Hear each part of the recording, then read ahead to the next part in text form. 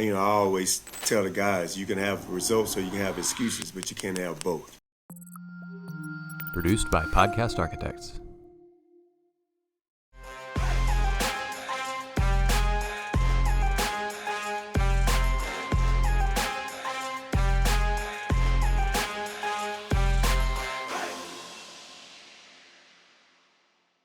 Welcome to another episode of the Sports Leadership and Laughter Podcast. I'm your host, Rick Fernandez. Today I have a special guest, head men's basketball coach of the Fort Bend Hightower Hurricanes, Coach Stephen Woods. Coach, welcome to the show. Thank you for having me, Rick. It's an honor and a pleasure. So our guests are in our audience probably doesn't know our history, but Steve and I were teammates way back when in the early 90s. I won't give away our age, but on a young but explosive Houston Hoops team. And Steve has been somebody I've admired, played against, and coached against, and just has followed his career. And I wanted to have him on the show to talk a little bit of Hightower basketball, but also coaching in general. Coach, tell me a little bit about your season now. Where are you guys? Give me your feeling and where you see the season kind of finishing up at. We're right in the mix of a playoff run. We're currently 15-10 overall. We are 6 and 7 in district with 3 games remaining. Right now we're sitting right on the outside looking in. We're in 5th place. We have Fort Bend Austin on Tuesday, Fort Bend Travis on Friday, and then finish up with Rich Point. I believe we got to get 2 of the next 3 minimum. For us to get in. So for me, it's the exciting part, backs against the wall. It's a challenge. As a competitor, you love a challenge. So, trying to get these young men up and ready to play and take care of business next week and a half. For those that may not know about your district, it is a murderer's row, particularly for basketball. Just talk a little bit about the talent level in the district. We have some tremendous talent. I believe on every team that we play, we have a kid that's going to go to college. Mm-hmm. That's how deep it is. And then the coaches. They do a great job.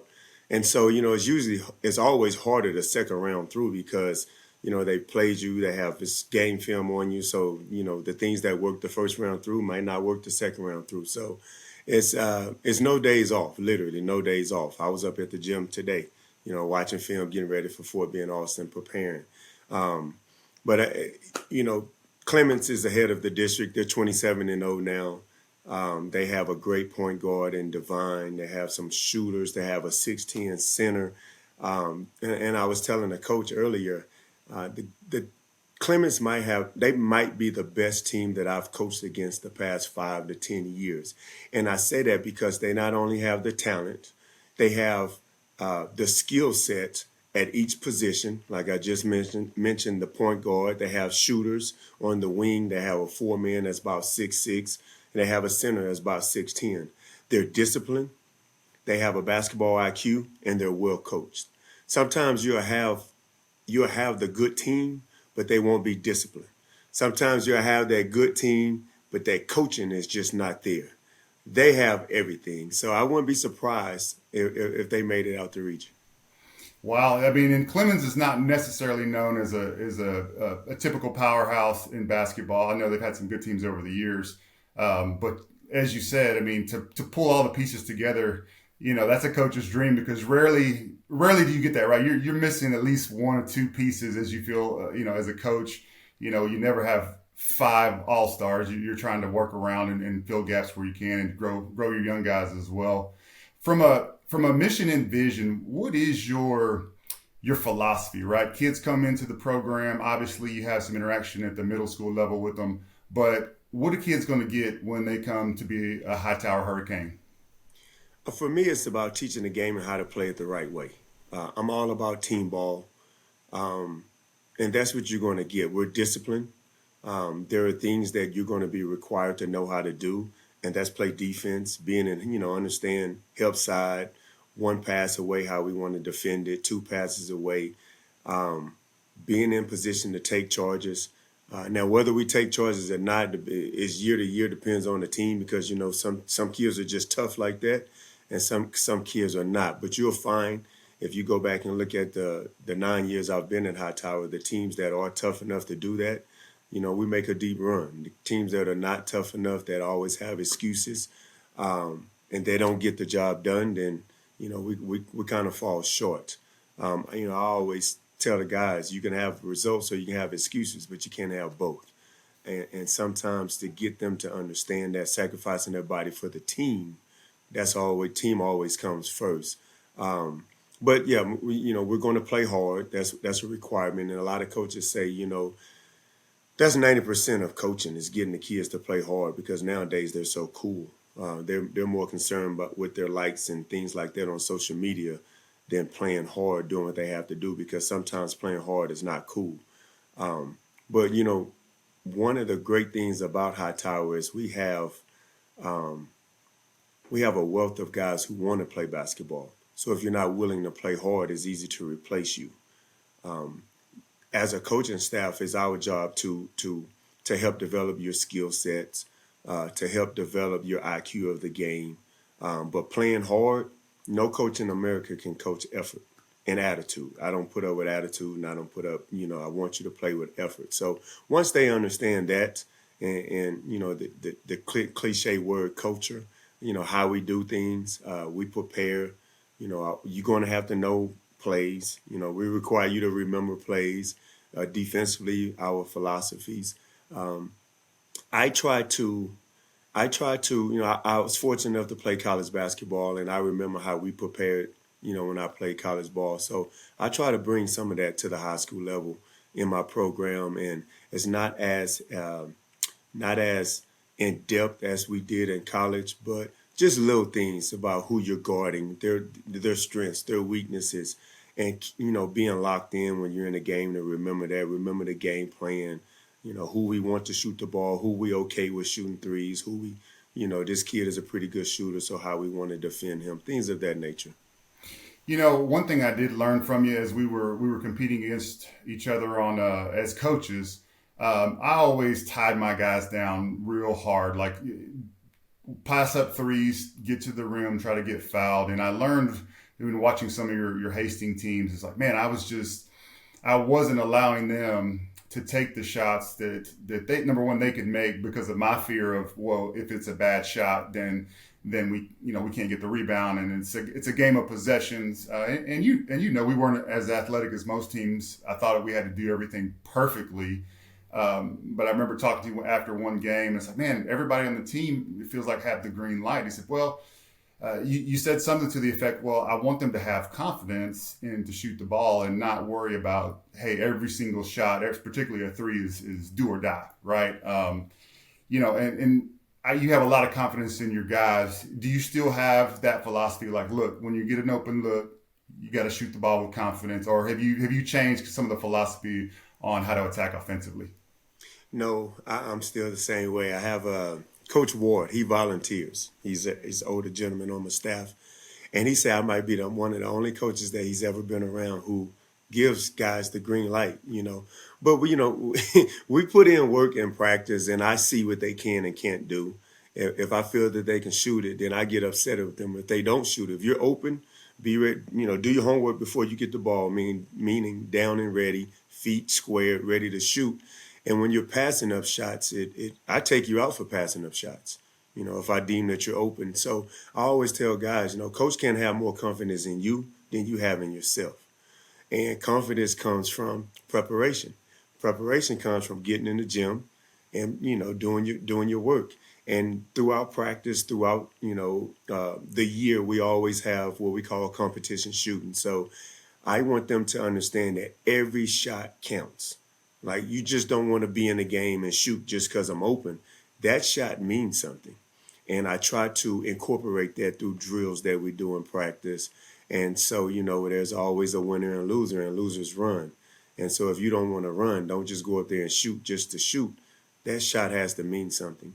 And I go back to, I heard Steve Kerr speak, and he was talking about when he played with the Bulls. He said, I knew I was going to get 5 to 6 shots a game. That's it. So those shots have to, they have to count. I'm not Jordan. I'm not shooting 25 times. I'm shooting 5. So those shots have to count. So that's the type of mentality I try to pour into the guys. And if you do your due diligence and get in the gym and work on your shots, I give you the green light. I love it. Talk about, you've been coaching for over 20 years now, and from when you started, what was needed to coach kids and help them to succeed to where you are now, and just the evolution of kids and everything that goes into it. What have you had to change in terms of your coaching philosophy or mentality dealing with another generation of kids? When I first started, social media wasn't like it is now. Yeah. And guys got in the gym and they worked and they did it because they wanted to get better. It wasn't for a show.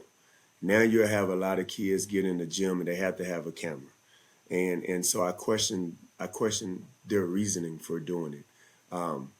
And so for me as a coach, to try to get them to understand the preparation and what it takes to be successful, what I find now is a lot of kids they want to emulate the success that they see, whether it's a college player, whether it's an NBA player, they want to emulate the success, but they don't understand the process that those players went through to reach.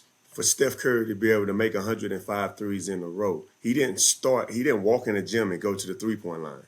The process of what it took to him before he worked his way out to the three-point line, they don't see that. And so they don't try to emulate the process. They just want to emulate going out there shooting threes. So to get them to understand that, 20 years ago, it was easier because they didn't see, Steph Curry making 105 threes and do that. So they would, my opinion, they would listen to the coach more when the coach said, you got to start off with form shooting or, basic stationary ball handling. To them, that is boring. But I always say, don't get bored with getting better. The fundamentals, my high school coach, Eddie Nelson, legend in Bay City, he used to always use the analogy, I want plain old vanilla ice cream, all right? To have any other ice cream, you must start with your basics. That's the vanilla. So until you can master the vanilla, I don't want cookies and cream. I don't want strawberry. I want that plain old vanilla. And so if you think about it, 20 years ago, you get in the gym with a player and you teaching them the fundamentals, they're good with it. But now since there's social media and you have so many trainers that video, and put out what they're doing and they have 7 combo moves at a cone and do all this fancy stuff. And so a kid gets bored with the vanilla and they want to go straight to the fancy stuff.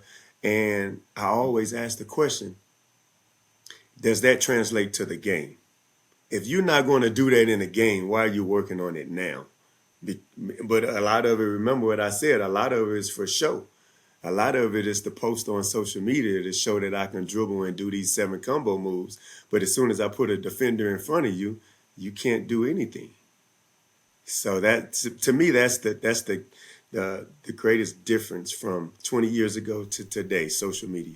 Do you think that the coaching profession, not only do you have to do what we've always done to support kids, but now you have to be a master at helping young men and women block out all the noise and the distractions? Like you almost have to be their psychologist of keeping them focused on here's the goal and here's the work that is required to reach that goal, to kind of keep them in a tunnel vision of, work, practice, game, repeat, and that consistency of effort it's almost a whole nother job in itself.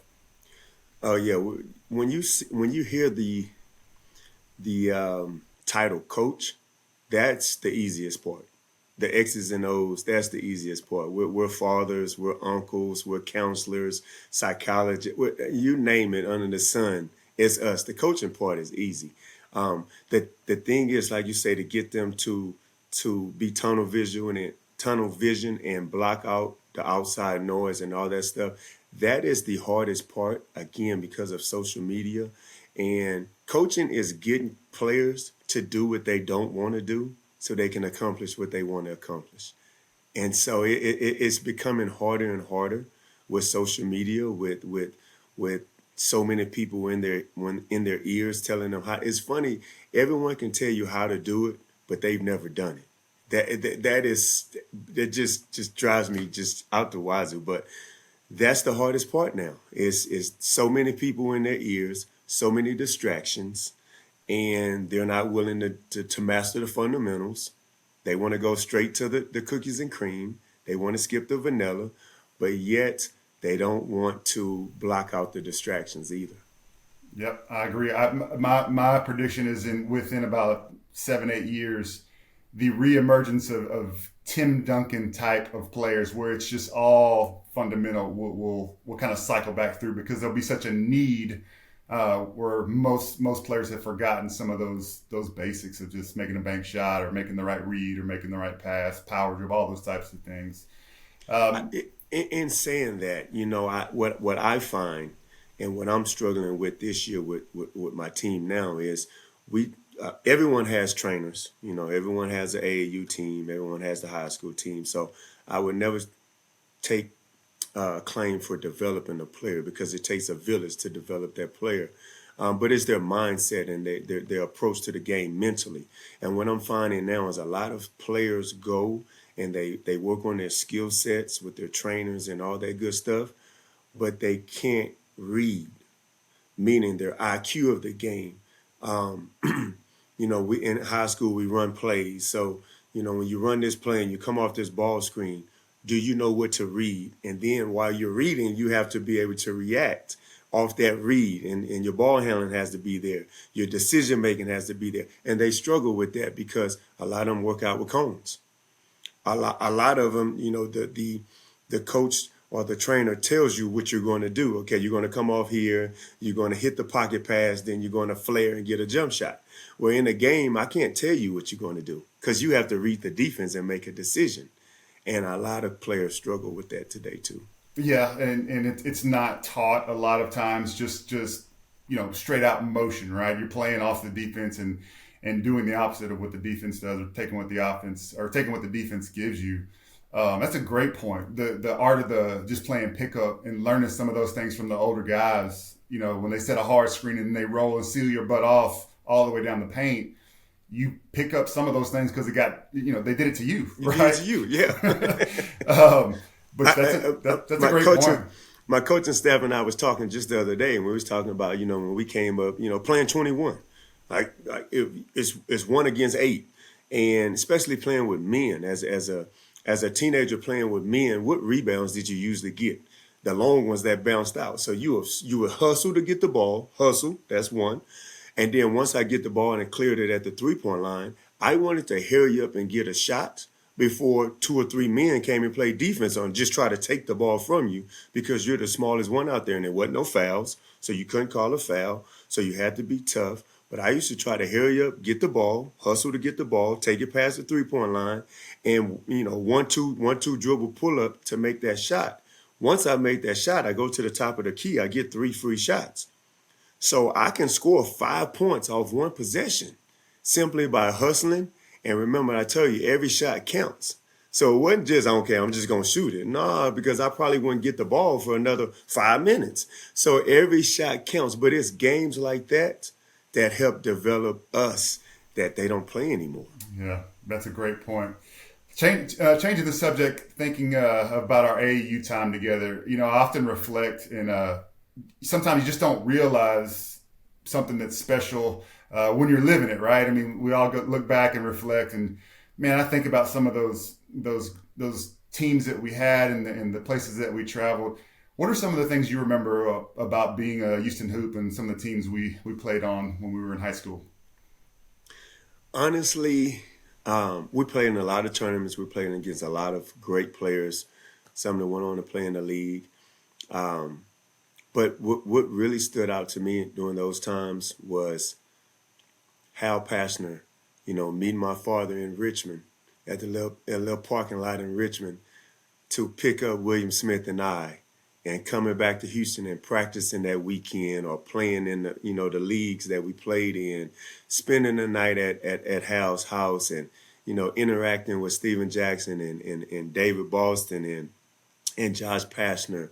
Those were the times that because me coming from a small town, I didn't get that, and just the camaraderie that we built, through that basketball, and to see those guys go off and have great careers. To me, that was my fondest memory. Also, traveling, again, small town. That was the first time I caught a plane, was playing with the Hoops. Traveling to Indianapolis and into Vegas, into Virginia, things like that. I would never forget. Um, I remember coming up to Houston, to Aldine, Joe Brown. Um, and it's funny, Mr. Montalongo, he was the AD in Aldine when I coached at MacArthur. But back in the days, he was the head coach at Aldine High School, and he remembered, they had an open gym, and I'm leaving Bay City at 2:30 to get to Houston by 4 o'clock so I can play in the open gym. We didn't have that in Bay City. We didn't have 10 guys that can play, because it was a small town and it was mostly a football town. So if I wasn't playing against grown men or coming to Houston to play pickup ball, I was in the gym by myself working on my fundamentals. And so it just, things like that just stick in my mind of how bad I wanted it and willing to travel an hour and a half just for pickup ball. But it wasn't just for pickup ball because it was players that I played with in the summer. And also we had college coaches coming there too, so those are the things that I remember. Yeah, I always at the first couple of practices, to me, I had seen all these names in the paper, but I'd only played against a handful. I think we were in 21-5A at the time with Aldine and MacArthur and Eisenhower. So I knew Gerald and I knew Odell and Brick at MacArthur, but everybody else was just a name in the paper that I saw from time to time when you were looking, after Friday's game, and to see everybody from around and thinking, this is a pretty unique collection of talent all on one court. It took me a minute to for that to sink in, and one of the things I've always respected about you, and I don't know, you probably won't. I don't want to embarrass you, but being able to take that group and lead us, right, as the point guard, because you got a couple of McDonald's All-Americans on the team, you got everybody who's an All-State, this and that, but you jumped in like it was your team, and as you were the point guard, and we've been playing since Little League, and I'll never forget that. I was like, man, that. It's not everybody can just do that, right? Because there's a lot of personalities on those teams. Yes, indeed. Steven Jackson, off the chain, man. But in saying that, when I joined this profession, this is one of just to hear you say that too, I got chill bumps on my face. You can't see me, I'm goosebumps. But to hear you say that, like, when I started this profession 22 years ago, I remember guys that I played college ball with. And, we would keep in touch. And I remember telling them, I said, guys, you'll never guess what I'm about to embark upon. And they said, what? I said, I'm going to be a teacher and a coach. And Jay Perner, he was a junior when I was a freshman. And Jay said it was about time. He said, you coached me since you were a freshman. And I never looked at it that way. And to hear you say, I came and I took over a team full of talent, and I was the leader. I just always, Isaiah Thomas was one of my, a lot of people don't know this, but Isaiah Thomas was the guard that I looked up to and tried to mimic my game after, because he was small, but yet he was tough. And then, as I grew and my athleticism grew, Michael Jordan became my guy. But as a point guard, Isaiah Thomas was the one, and he was a tough, fierce leader. And so it just came natural, I guess. I don't know. It did, because we didn't even question it, and you got guys, there wasn't some games there weren't enough shots for everybody, but on the whole, we functioned probably better than we ever should have. And I think a large part of that is you. I'll also give Steve a lot of credit. He didn't, he was gonna get his, but he wasn't over. I never felt like he was overly worried about, like, I got to get mine and everybody else has to be, second fiddle. I felt like we were all pretty well involved and had opportunities to play and score and have a lot of fun. The thing I liked about those teams that we had is they were a complete team. Sometimes nowadays you see some AAU teams, they have 5 guys that play the same position. We didn't. We had a point guard, we had a 2, 3, and 4 and a 5, and you might have had, a couple of combos, but for the most part, we all got the minutes that we needed. Matter of fact, one thing that sticks in my mind is a tournament up in Purdue. I think we only had 7 or 8 guys, and And we played 5 or 6 games, and we made the championship game, and we won in overtime, and I couldn't finish the game because I kept cramping up, and so I felt bad because I couldn't be out there with my guys. But we all got plenty of minutes, and with Steven Jackson, he was the type of player, if he didn't get the shot, he was going to get a rebound. And he can get a rebound and go coast to coast. 6'7" can take it coast to coast. He was a unicorn back then. Now it's everybody can do it now, but back then, him and Joe Brown, that's what made them really stand out. Their athleticism, their ability to shoot, their ability to handle the ball at 6'7" and 6'8". So they were unique, very. Oh, no doubt. There was no answer for those type of guys, particularly back then. You just they weren't a post, they weren't a guard. They can kind of do whatever they need to do, and very, very athletic. I mean, it was just an unbelievable time, and just reflecting back on that, I have a lot of good memories. So the evolution of the Houston Hoops, you still coach, you still put a lot of work in and time with the next generation. What are you seeing now? What gives you hope about the Houston Hoops, and what gives you man, this is another pain point we got to get some of the high flyers through as coaches? With the creation of the EYBL, Elite Youth Basketball League, Nike has that. That league is phenomenal. So if the cream of the crop plays there, and try to get these guys. Now, what's tough for the hoops right now is we have 20 years ago it was the Houston Hoops, and no other team was in the EYBL in Houston, but now we have JL3. Up north you have Drive Nation. You have Pro Skills, and then adjoining states can play also. So you have Live On in Louisiana. You have team in Oklahoma, Team Griffin in Oklahoma. So there's choices for players now, as opposed to back then. If the hoops call you, you felt privileged. The hoops called me. They invited me to a workout. Or you was excited. Now it's not like that. So you really have to hone in and form a team that you believe can go out and compete and be successful, similar to the way they did it back in the days. But back in the days, because it was just the hoops, they can handpick the player, the point guard that they want, the shooting guard that they want. And when they came to you, you felt honored. Now when you go to them, you have to sell the hoops because you have competition locally. But I think with the success and history that the hoops have had with the EYBL, some of the recent alumni that has come through the program and that have gone on and made it to the league, I think that helps. That helps tremendously. So we're not just trying to sell you a dream and tell you can do this and you can do that. We can show you guys that are very similar to you when they were your age and what they did. And if you just listen and be coachable and continue to work, that too could be you. And I think that's one of our selling points. Getting to the end here, I want to ask your opinion from a parent perspective. If you were your child is starting out, they're young, right? Elementary age, wanting to play basketball. You want to encourage it. You want to start them down the right path. What are one or two things that don't do anything else, just have them get real good at this, practice this and get real good at this, and this will kind of be the jumping off point for their basketball? You're making me go back 35 years. So I remember when I picked up a basketball. This was the advice my father gave me. Develop your offhand. That was it. He didn't say how.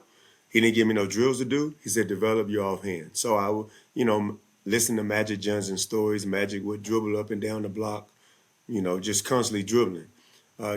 Take a basketball to the movies with him. He's just constantly dribbling. So that's what I did. But I would never dribble with my right hand. It was always my offhand, my left hand. So develop your weak hand.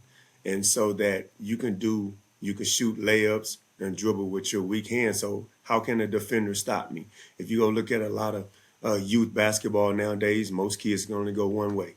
And they're going to dribble all the way until they get to the baseline because they got to stop then. And then they pick it up and have to throw it back out. Well, what happens if I can go both ways? How can you stop me? Right? So I would recommend developing your weak hand be able to shoot layups with your left and your right, and be competitive. Stop being so friendly on the court. Hate to lose. Hate to lose. I just came from the barbershop and we just had this conversation. And because one of the fathers that was in there, his son is 12. And he was talking about, just the game of basketball and developing his son. And I was like, sometimes we put so much effort into trying to get them to be fancy and to stand out. Say at this age, you want them to compete. You want them to hate losing and to develop their offhand, their weakness. All right. Everybody wants to shoot. I get it. Everybody wants to be able to shoot. Everybody wants to be able to score. But if you can develop your weak hand so I can dribble both ways, I'm going to be confident. Got to be able to and play defense. If you could do those, I don't know no coach in America that does not want a kid on the floor that can play defense. That's right. If I can play defense, if I can stop you from scoring, and if I don't score, we tied. But because basketball, you're gonna always have an off night shooting. I mean, the best of the best. Steph Curry has off nights, and he's the best shooter in the world. So he's going to have off nights. But you should never have an off night on defense or effort. And so those are advices I would give a father or a mother, a parent that has a son that's starting to play the game. Develop a love for competition and develop your offhand, your weak hand. I love it. All right. 5 years from now, Coach Stephen Woods is where doing what? I'm 1 year away from retirement. Rick, I have 6 more to go. 6 more to go. Now, whether I retire or not, my wife say I'm not. There's no way. But I want the option. Yeah. I want to have the option. I was talking to my father about a month ago. Again, I'm from a small town. I've been working since I was 13. I go to college and play ball. You couldn't work in college as an athlete, but I worked in the summertime. And being on scholarship as an athlete is a job. So I've been working since I was 13. So I'm looking forward to the days where if I don't want to get up and leave the house, I don't have to. But will I retire? I doubt it. At that time I'll be 52, so I'll be still young. My son will be 18. He's the last one in the house. So I still see myself involved in the game of basketball, giving back. I truly believe this was my calling. This is what I was supposed to do. So I just want to give back to the game that gave so much to me. Yeah, I mean, well, I think, again, not trying to embarrass you, but just the way you've helped not only our current generation, but all the way back, leading before you know what you were actually doing, right? But it's just critical, and I know you've rubbed off on a lot of your coaches and a lot of players along the way, and just very appreciative of that. Last question, if you were going to shout out a player to watch, one of the Hurricanes, and a assistant coach that's on the rise from your staff, who would those two folks be? A player to watch, I would say, is Milton Rice. I believe he's a late bloomer, and I say that because he's 6'3". He plays in the post for us. He went to the post. I had him in the post last year, and he was district MVP. He's a hard worker. I think in college he'll be on the wing, but he's willing to sacrifice that to help the team win last year and this year. This year we kind of played him on the wing and inside. But I think he's a player to watch. He has some offers, but most of them are JUCO, and I told him there's nothing wrong with that. Go JUCO. That gives you a year or two to get bigger, stronger, and faster, and also work on your ball handling and shooting. He has a great touch on his shot, but sometimes being, playing inside and then playing outside, it messes up your touch. So I think, at the next level, he will be strictly outside. But I think he's one to watch. Also, my point guard, Jarek Sasser. He's small, but when I tell you has basketball IQ, can handle the ball, he knows the game, high IQ player. I think he's the one, he's a junior, so he has one more year to come back. I think next year he's really going to open some eyes and turn some heads. He already has, but I think he will some more. And then a coach on the rise. My JV coach is Dennis Simmons. He's from Ohio, so a lot of people don't know about him. He was actually a head coach in Ohio, but He came down here, and he to get on the staff, he had to do football. So that tells you how, his dedication. He did football for 2 years just so he can get his foot in the door. He has a great basketball mind, great feel for the game. So Dennis Simmons. And another one I would say, if he pursues it, is Kerry White. Kerry White, he's been a head coach. It didn't go too well for him. Some political stuff got him. But he came back, and he's eager. He's willing to learn. So I think in 5 years, I think he gets another opportunity. He'll be more prepared. Hell, I can say my whole coaching staff. I think they all, at some point want to be head coaches. Sure. But they're sitting and waiting and learning. And I bounce. I give them more. I put more on their plate now than I did 5 years ago, 6 years ago. And they're handling it well. I trust them. So I think I have a good staff. I think I have guys who love the game of basketball. And someday I look forward to, being in the stands watching them coach, running their own program. Awesome.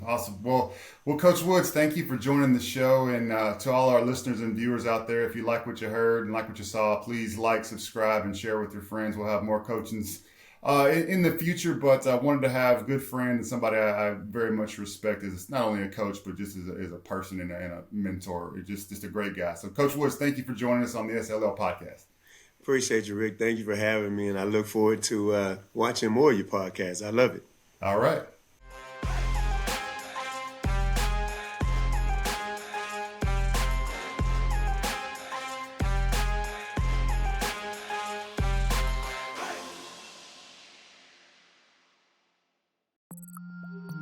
Produced by Podcast Architects.